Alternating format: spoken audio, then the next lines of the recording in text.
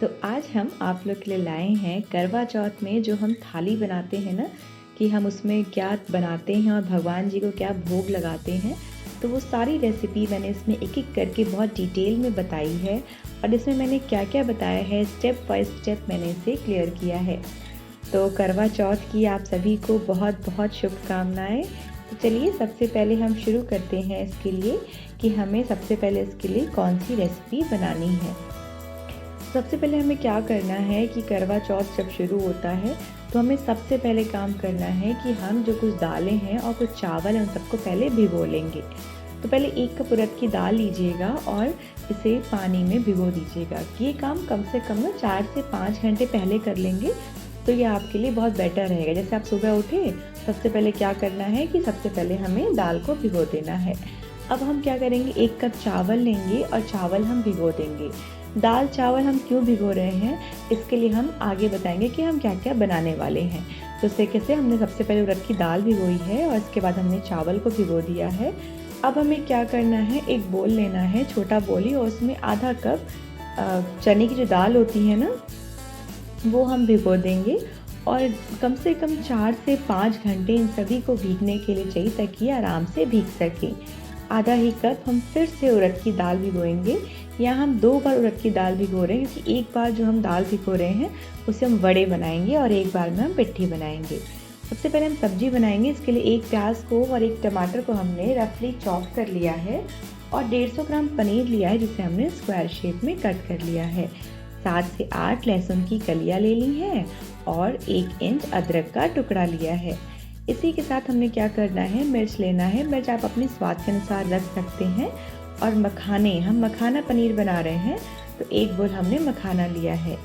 सबसे पहले हम ग्राइंडर लेंगे और जो हमने प्याज और टमाटर कट किए हैं ना उसे हम ग्राइंड करेंगे। सबसे पहले प्याज में अदरक डालिए और अदरक डालने के बाद इसी में हम जो मिर्च है ना वो हम डाल देंगे और उसके बाद लहसुन डाल देंगे। लहसुन डालने के बाद जो धनिया की डंडी होती है ना, देखिए जो पत्तियाँ होती है वो तो हम यूज़ कर लेते हैं, तो जो डंडियाँ हैं ना उसे भी आप सब्जी में यूज़ कर सकते हैं।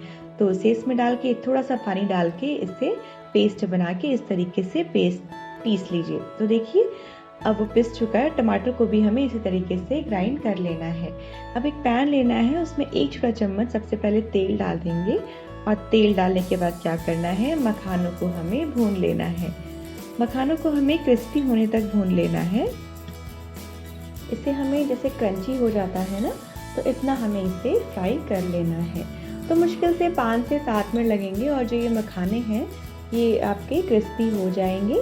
तो बस अब इसे एक दूसरे बॉल में निकाल लीजिए और निकालने के बाद सेम पैन में ही हम आगे की प्रोसेस को शुरू करेंगे क्योंकि बहुत ज़्यादा बर्तन जूठे बिल्कुल भी नहीं करने हैं।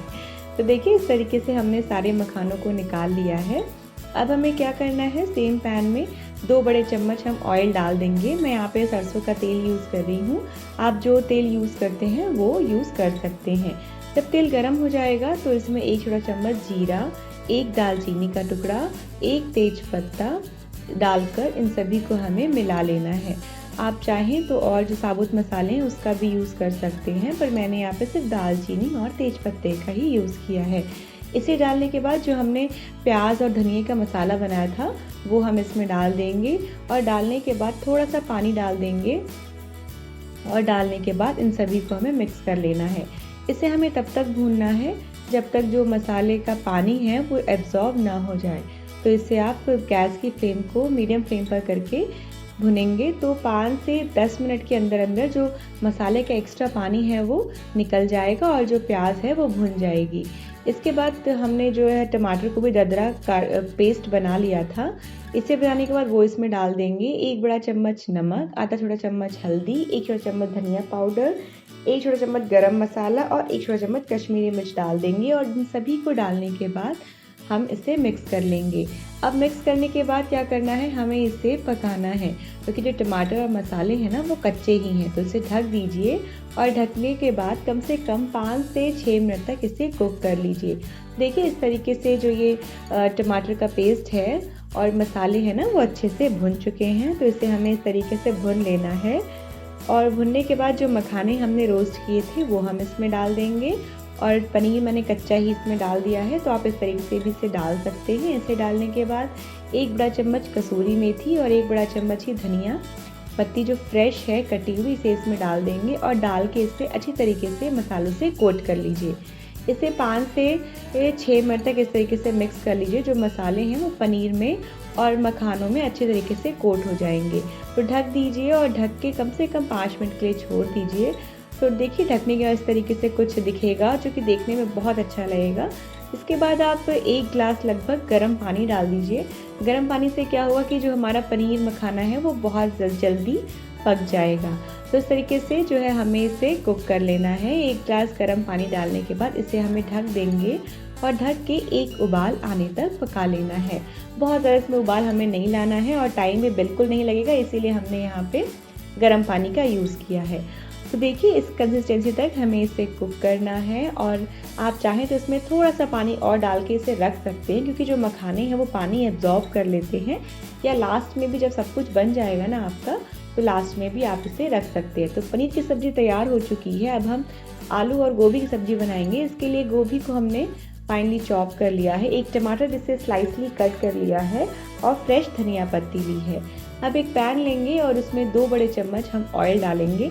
इसमें हम विदाउट अनियन और विदाउट गार्लिक सब्जी बनाने वाले हैं। तो बस इसमें हम जीरा डालेंगे और जो सूखी हुई लाल मिर्च होती है वो, तेज पत्ता और 2 लौंग डाल देंगे। इन सभी को डालकर इसे हमें फ्राई कर लेना है। और फ्राई करने के बाद हमें इसमें कुछ भी नहीं डालना है। जो हमने टमाटर को स्लाइसली कट किया था बस आप उसे इसमें डाल दीजिए। इसके अलावा कुछ भी डालने की ज़रूरत नहीं है। ये सब्जी ऐसे ही बहुत टेस्टी बनती है और किसी को आइडिया नहीं लगेगा कि आपने इसमें प्याज या लहसुन का यूज़ नहीं किया है। हाँ, आप चाहें तो इसमें अदरक डाल लीजिएगा। वैसे मैंने इसमें अदरक भी नहीं डाला है। इसका टेस्ट बहुत औसम लगा था और आप इसे ज़रूर ट्राई कीजिएगा। बस टमाटर को हमें बहुत कुक भी नहीं करना है। तो इसमें 1 चम्मच नमक, आधा छोटा चम्मच हल्दी पाउडर, 1 छोटा चम्मच धनिया पाउडर और आधा छोटा चम्मच गरम मसाला, 1 छोटा चम्मच इसमें कश्मीरी लाल मिर्च डाल देंगे। इन सभी को डालने के बाद हमें इसे बहुत ज़्यादा ओवर कुक बिल्कुल नहीं करना है। बस इसे हल्का सा सौटे कर लीजिए। 1 से 2 मिनट तक इसे हम पका लेंगे। और पकाने के बाद जो हमने गोभी को कट किया था ना, इसमें फाइनली चॉप किया, बहुत ज़्यादा मोटा नहीं रखा है। और इस तरीके से आलू को भी कट किया है। इसे कट करने के बाद हमें क्या करना है, इन सभी मसालों को अच्छी तरीके से इन सब्जियों में कोट करने के लिए रख दीजिए, ताकि जो सब्जियां हैं वो मसालों में अच्छी तरीके से कोट हो जाएं। आलू और गोभी को अलग से फ्राई करने की ज़रूरत बिल्कुल भी नहीं है, क्योंकि हम बहुत सारे आइटम बनाते हैं तो बहुत टाइम लग जाता है। आप इसे डायरेक्टली बनाएंगे ना तो भी ये बहुत अच्छी बनेगी। आप इस तरीके से एक बार बना के ज़रूर ट्राई कीजिएगा। और ये बिना फ्राई किए हुए भी ना बहुत अच्छी लगती है। तो बस डायरेक्टली इसे डाल दीजिए और डाल के इसे ढक के कुक कर लीजिए। और हाँ, इसे बीच बीच में ज़रूर चलाते रहिएगा और ये जलने का चांसेस बिल्कुल भी नहीं रहेगा। अगर आपको लग रहा है कि थोड़ा सब्ज़ी जल रही है तो आप इसमें थोड़ा सा पानी का छिट्टा इसमें आप डाल सकते हैं और डालने के बाद इसे बीच बीच में चला लीजिए। तो देखिए सब्ज़ी बनके बिल्कुल तैयार हो चुकी है। तो इसे फ्रेश धनिया पत्ती से गार्निश करें और गार्निश करने के बाद ये हमारी ड्राई आलू और गोभी की सब्ज़ी बनके बिल्कुल तैयार हो गई है। तो बहुत कम टाइम लगता है और बहुत कम टाइम में बहुत डिलीशियस सी सब्जी बनके रेडी हो जाती है। तो चलिए, जो हमने 1 कप उड़द की दाल भिगोई थी वो फूल चुकी है और चने की दाल है वो भी भीग चुकी है। तो इन दोनों को हमें क्या करना है, देखिए सबसे पहले हम जो चने की दाल है वो देखिए इसे हम जब हाथ से तोड़ेंगे ना तो बहुत आराम से ये टूट जाएगी, क्योंकि इसे कम से कम भीगे हुए 4 से 5 घंटे हो चुकी है। या हम चावल के फरे बनाने वाले हैं। सबसे पहले हमें क्या करना है कि जो चने की दाल है उसे हमें ग्राइंडर में डाल लेंगे। तो ये सब चने की दाल मुझे लगता है एक साथ ही ग्राइंडर में आ जाएगी, 2 बार यूज़ करने की ज़रूरत नहीं है। तो इस तरीके से आप चाहें तो उसे ग्राइंडर में डाल लीजिए, अदरवाइज़ अगर आपके पास सिल है तो आप उसे भी इस पर पीस सकते हैं। देखिए इससे काम बहुत आसान हो जाएगा। तो उसी ग्राइंडर में ही आप मिर्च डालिए और लहसुन अगर आपको छीलना है डालिए, वरना बिना छिलके भी इसे डाल सकते हैं। मैंने इसे बिना छीले हुए ही डाला है। तो बस इसे डाल लीजिए, थोड़ा सा पानी डालिएगा, बहुत ज़्यादा पानी बिल्कुल भी नहीं, और डाल के इसका एक पेस्ट बना लीजिए। अगर इसमें कुछ दाल दिख रही है ना तो भी कोई टेंशन वाली बात नहीं है, आप इसे इस तरीके से भी यूज़ कर सकते हैं। और डालने के बाद इसे एक सेपरेट बोल में हम निकाल लेंगे। देखिए इस तरीके से थोड़े थोड़े दाल के टुकड़े इसमें दिख रहे हैं, पर इतना भी चलेगा। अब इसमें हम 1 बड़ा चम्मच नमक डाल देंगे, आधा छोटा चम्मच हल्दी पाउडर, थोड़ी सी कटी हुई फ्रेश धनिया पत्ती डाल के इसे हम मिक्स कर लेंगे। तो ये हम चावल के जो फरे होते हैं उसके अंदर की स्टफिंग रेडी कर रहे हैं, तो इसलिए ये बहुत ज़्यादा गीली इसे बिल्कुल मत रखिए, क्योंकि ये 4 से 5 घंटे के लिए भीग चुकी है। तो आप इसमें 4 से 5 चम्मच पानी डालेंगे ना, बीच बीच में ग्राइंडर को चलाते हुए और रोकेंगे, तो ये दाल आराम से पिस जाएगी। वरना क्या होता है कि मम्मी लोग के टाइम पे ना सिल होता है, तो उस सिल पे भी बहुत आराम से ये दाल पिस जाती है, बट उसमें काफ़ी मेहनत लगती है। तो आप इसे ग्राइंडर में भी पीस सकते हैं। तो बस हमने 1 कप चावल लिया था, वो चावल भी सोख हो चुका है और चावल को हम क्या करेंगे, ग्राइंडर में निकाल लेंगे और ग्राइंडर में डाल के इसमें भी हम थोड़ा सा पानी डाल देंगे और पानी डालने के बाद इसे भी एक पेस्ट बना के रेडी कर लेंगे। जैसे हम डोसे का बैटर रेडी करते हैं ना, कि थोड़ा सा दरदरा रहता है, तो हमें इसको बिल्कुल वैसा नहीं करना है, इसे हमें बिल्कुल महीन पीसना है। आप चाहें तो अगर चावल नहीं भिगोना चाहते हैं तो डायरेक्टली जो चावल का आटा आता है उसका भी आप यूज़ कर सकते हैं, ज़रूरी नहीं कि आप चावल भिगोएं। तो इस तरीके से आप थोड़ा सा पानी डाल के इसका एक पेस्ट बना लीजिए पतला। तो इससे भी चावल को भी अगर आप 2 घंटे भिगोएंगे ना तो उतना भी सफिशिएंट होगा, बहुत ज़्यादा नहीं। तो एक तरीके से हमने चावल का पेस्ट बना लिया है, तो अब प्योर चावल ये बाइंड नहीं हो पाएगा। तो हम इसमें आधा कटोरी जो आटा होता है ना, गेहूं का आटा, वो हम इसे डाल देंगे और डालने के बाद इसे हम गूंथ लेंगे। तो इसका आटा लगाना है ना, बहुत ही सॉफ्ट लगाना है, बहुत ज़्यादा हार्ड नहीं लगाना है। अगर सॉफ्ट लगाने से क्या होगा कि जो आपके चावल के फरे बनेंगे वो बहुत मुलायम बनेंगे, बहुत सॉफ्ट बनेंगे।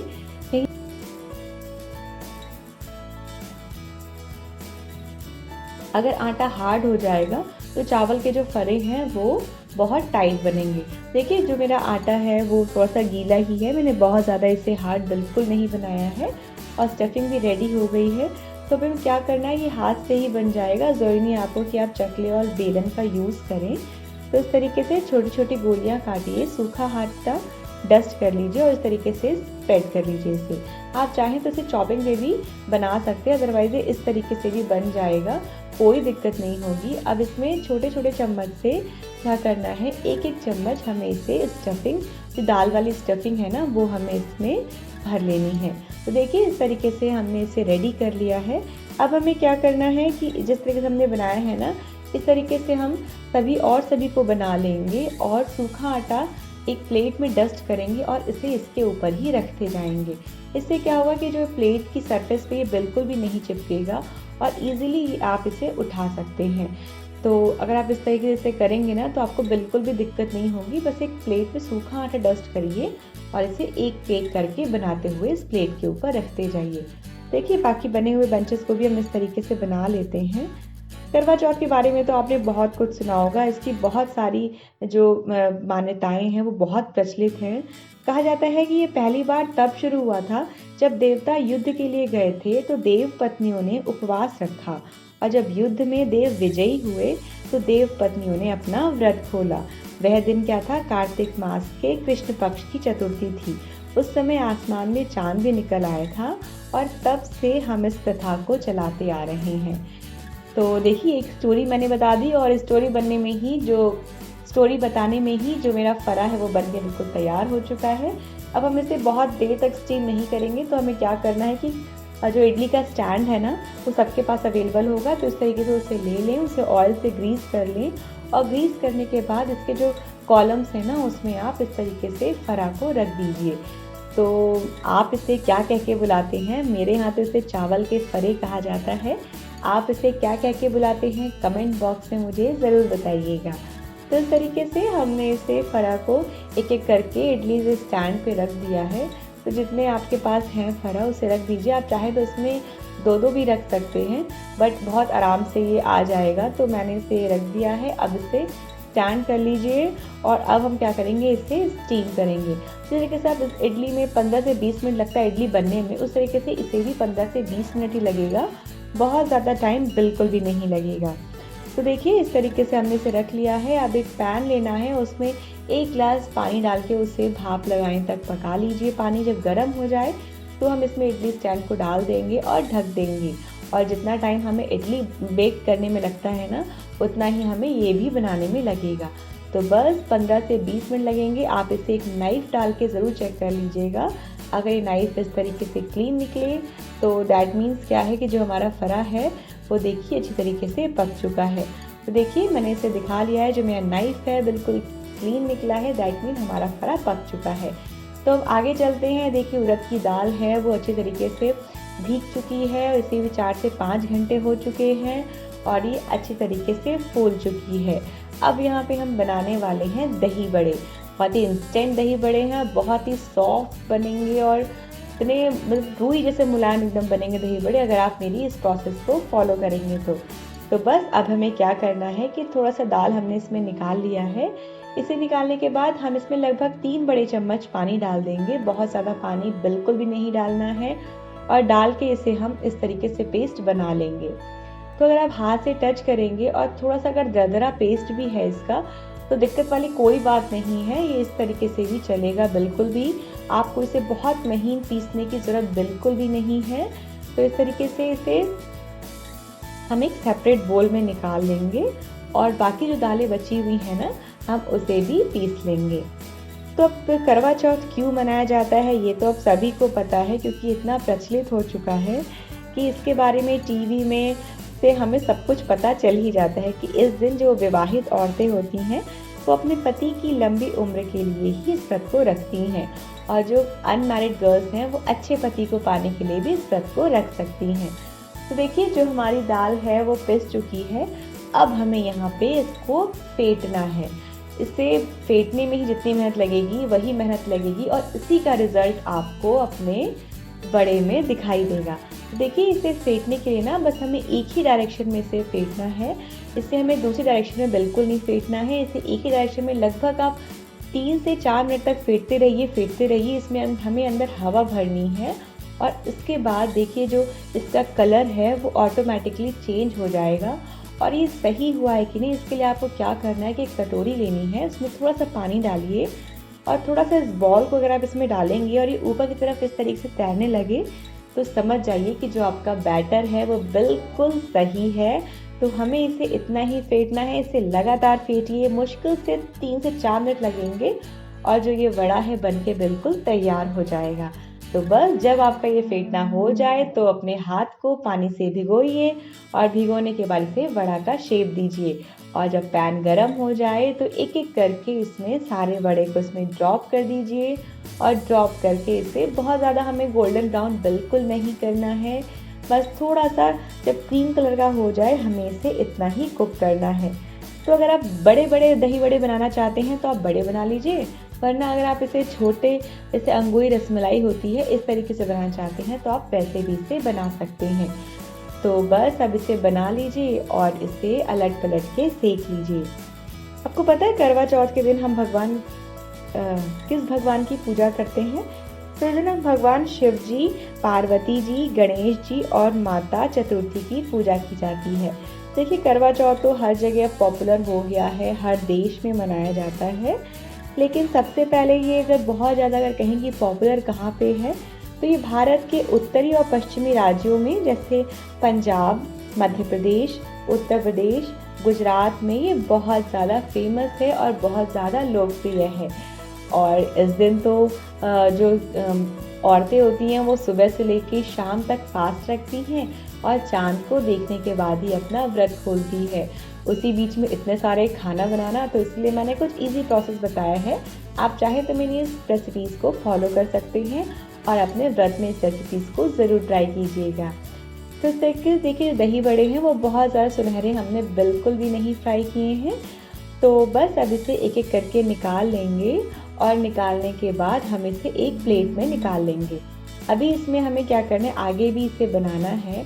सबसे पहले हम जो और बंच बने हुए हैं वो भी इसमें डाल देंगे और डाल के इसी तरीके से हमें इसे फ्राई कर लेना है।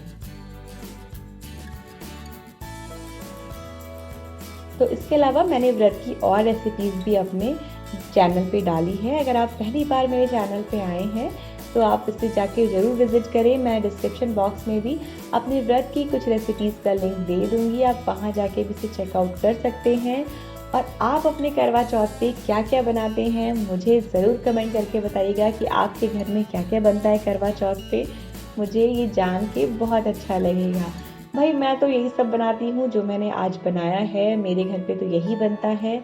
और मुझे आप ज़रूर बताइएगा कि आपके घर में और क्या-क्या रेसिपीज़ बनती हैं। तो अगर आपको और कुछ रेसिपीज़ जानना हो तो मुझे अपने कमेंट करके ज़रूर बताइए, जिससे मैं अपनी वीडियोज़ में आगे आपके लिए ला सकूँ। तो देखिए, अगर आप इसका बैटर थोड़ा-सा कम रखेंगे ना, आई मीन पानी अगर कम डालेंगे तो इसके जो शेप है वो आराम से बन जाएँगे। यही अगर बैटर गीला हो जाएगा तो क्या होगा कि शेप बनने में बहुत प्रॉब्लम होगी और ये इस तरीके से गोल-गोल बिल्कुल भी नहीं बन पाएँगे।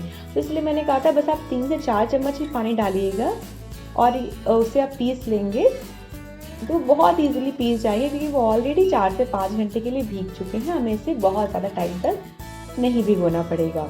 तो बस अब हमें दही बड़े हैं बन चुके हैं, अब हमें इसे थोड़ा-सा उबालना है।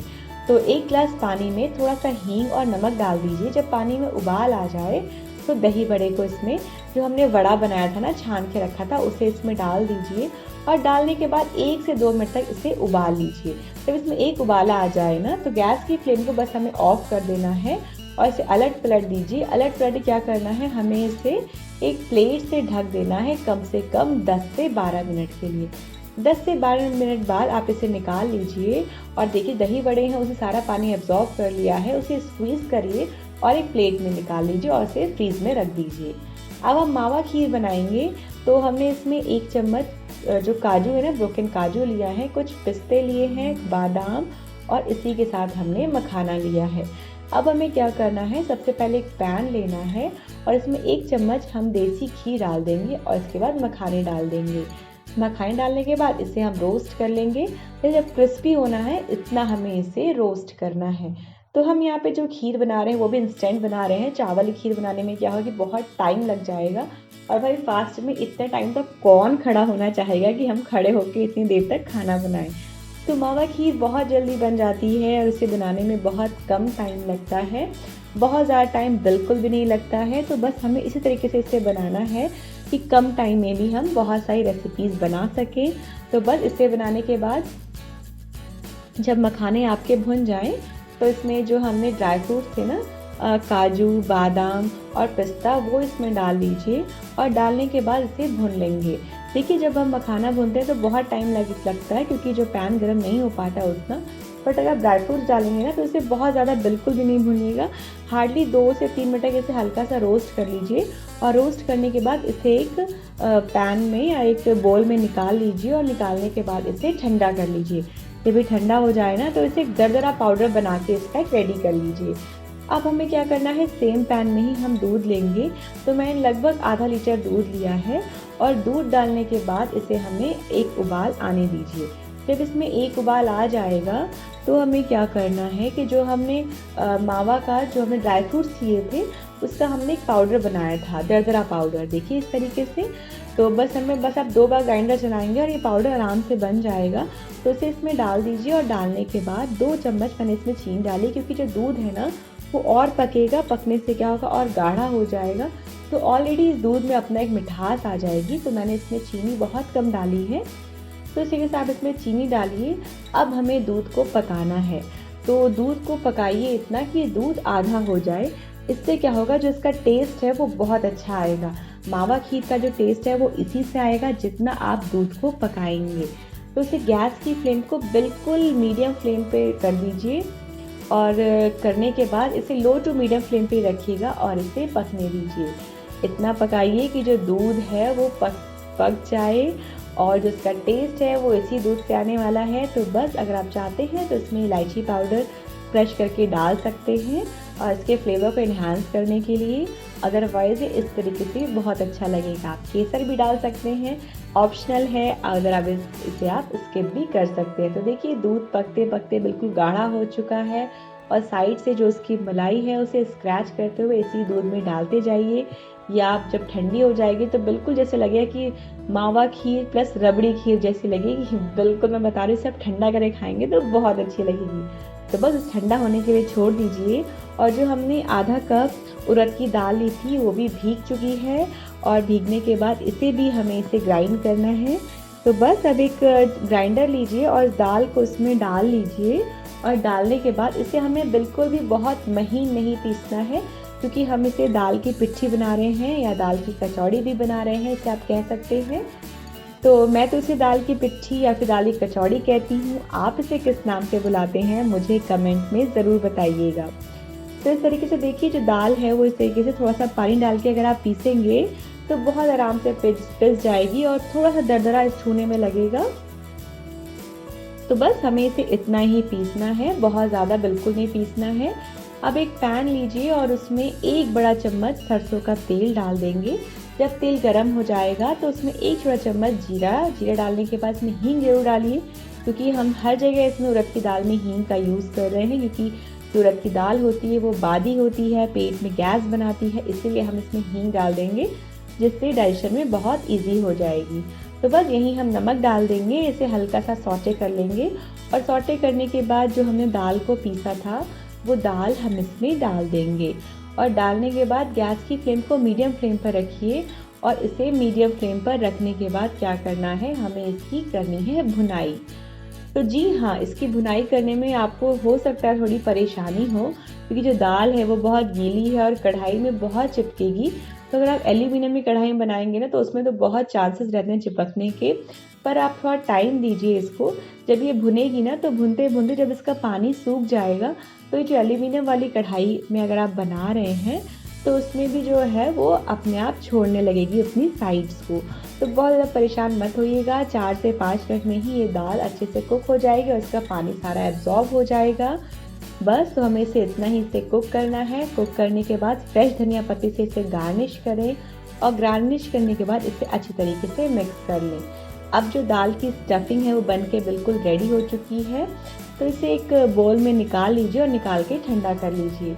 अब हम इसकी कचौड़ी का आटा लगाएंगे, तो इसमें मैंने 1 बड़ा कप गेहूं का आटा है वो लिया है और थोड़ा सा मैंने इसमें अजवाइन डाली है, इसका फ्लेवर ना बहुत अच्छा आता है। और थोड़ी सी इसमें कसूरी मेथी डाल लीजिए और डालने के बाद इसमें थोड़ा थोड़ा पानी डाल के इसका एक आटा लगा के रेडी कर लीजिए। आप चाहें तो इसमें थोड़ा सा तेल भी डाल सकते हैं और इससे क्या होगा कि पूरी सॉफ्ट बनेगी, थोड़ी सी खस्ता बनेगी, पर आप ब्रेड में इतना ऑयली नहीं खा सकते, इसलिए मैंने इसमें ऑयल नहीं डाला है।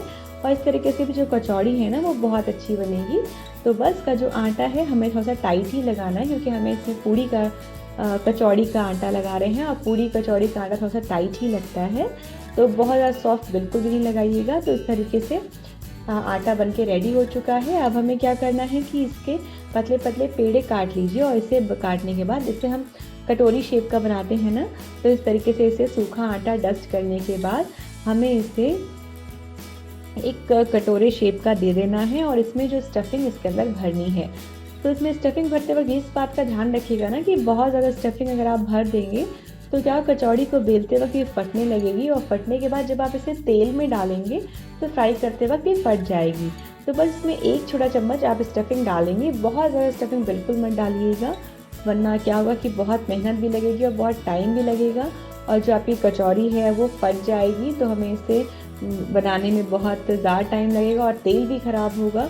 तो इसीलिए 1 छोटा चम्मच ही बस इसमें आप स्टफिंग डालिए और इस तरीके से इसे डाल के इसे हल्के हल्के हाथों से अलट पलट के बेल लीजिए। देखिए जो इसकी थिकनेस है वो इतनी ही रखनी है, बहुत ज़्यादा पतला इसे बिल्कुल मत करिएगा। तो बस अब इसे डाल दीजिए और डालने के बाद एक एक करके हम पूरियों को इसमें ड्रॉप कर देंगे।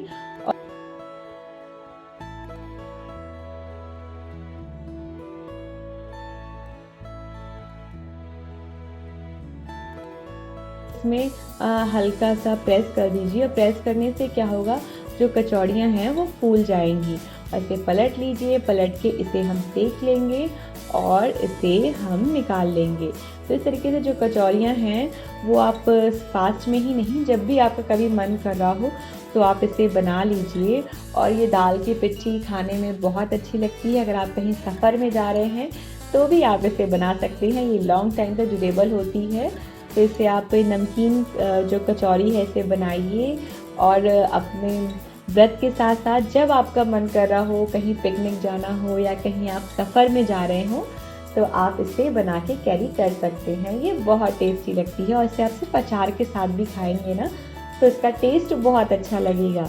तो बस इस तरीके से अपनी जो कचौरियाँ हैं वो देखिए एकदम फूली निकल रही हैं ना बिल्कुल। तो अगर आपके पैन में जगह है तो आप एक और कचौरी डाल दीजिए, 2 और कचौरी डाल दीजिए, लेकिन हाँ, डिपेंड करता है कि आपके पैन का साइज़ क्या है। तो बस इस तरीके से जो सुनहरे रंग की कचौरियाँ हो जाएँ उससे आप निकाल लीजिए। जब कचौरी बनकर तैयार हो चुकी है, अब हमें क्या करना है यहाँ पे कि हमें यहाँ पे राइस बनाना है, जीरा राइस।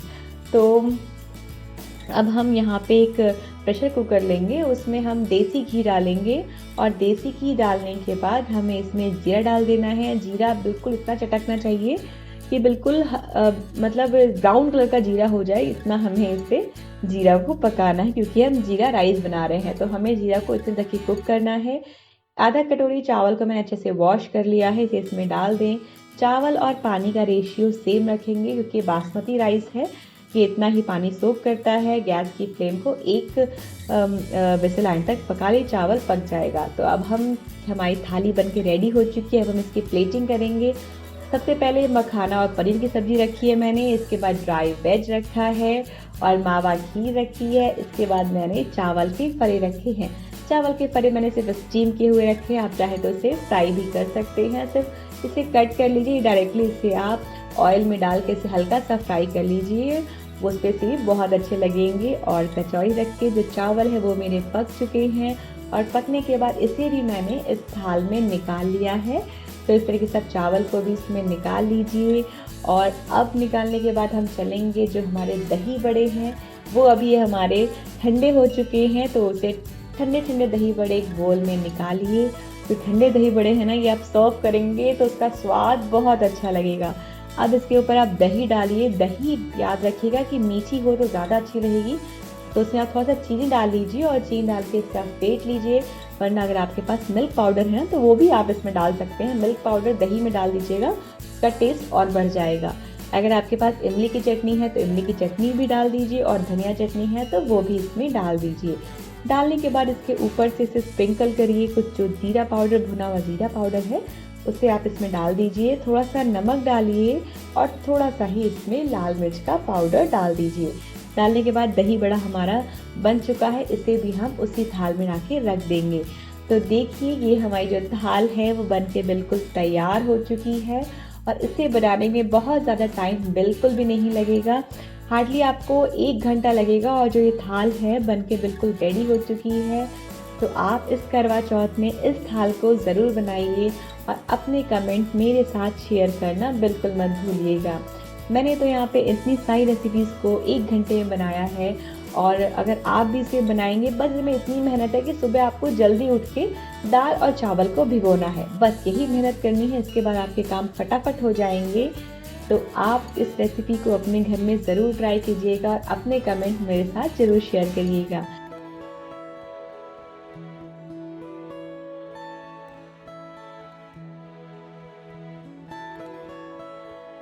अगर आप मेरे चैनल पे पहली बार विजिट कर रहे हैं तो इस वीडियो को ज़्यादा से ज़्यादा लोगों को शेयर करें, लाइक करें, सब्सक्राइब करें और नोटिफिकेशन बेल को ज़रूर ऑन करें, जिससे मेरी आगे आने वाली वीडियो की अपडेट्स आपको मिल सकें।